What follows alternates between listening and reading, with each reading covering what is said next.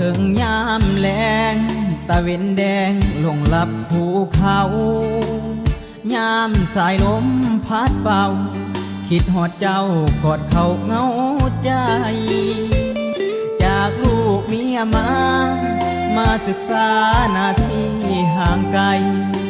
พักลัดมอบหน้าที่ให้อ้ายไปหับใส่มวลสนใจอย่าคอนแค้นเด้อแฟนน้องอย่าคิดหลายเป็นหน้าที่ของอ้ายลูกผู้ชายต้องสู้สนมนุษย์เงินเดือนต้องได้เลื่อนตามหน้าที่ตนเพื่อสัตว์ลาวทุกคนให้หลุดพ้นจากความหม่นหมองเมียคือหน้าที่เมียนี้นั่นคือหัวใจเมียอ้ายเป็นคนใจใหญ่จงตั้งใจรออ้ายก่อนน้อง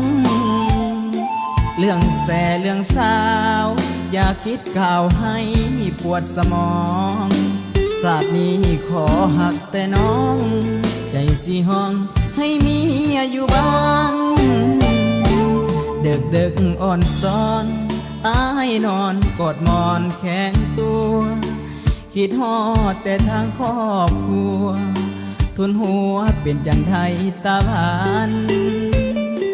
หากมีปัญหาให้น้องโทรมาโลดเด้อนุ่งคานตัวไกลแต่ใจอยู่บ้านคิดฮอดจอมควันทุกลมหายใจ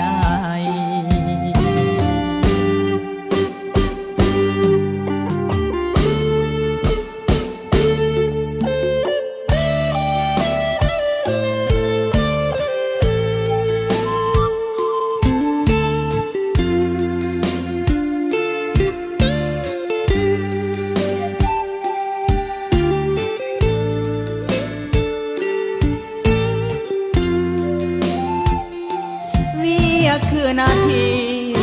เมียนี้นั่นคือหัวใจเมียอ้ายเป็นคนใจใหญ่จงตั้งใจ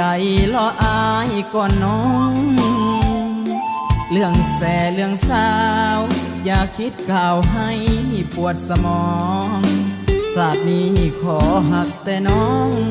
ใจสิห้องให้เมียอยู่บ้านดึกอ่อนซ้อนอ้ายนอนกอดหมอนแข็งตัวคิดฮอดแต่ทางครอบครัวทุนหัวเป็นจังไทยตาบานหากมีปัญหาให้น้องโทรมาโลดเด้อนุ่งคานตัวไกลแต่ใจอยู่บ้านคิดฮอดจอมควันทุกลมหายใจ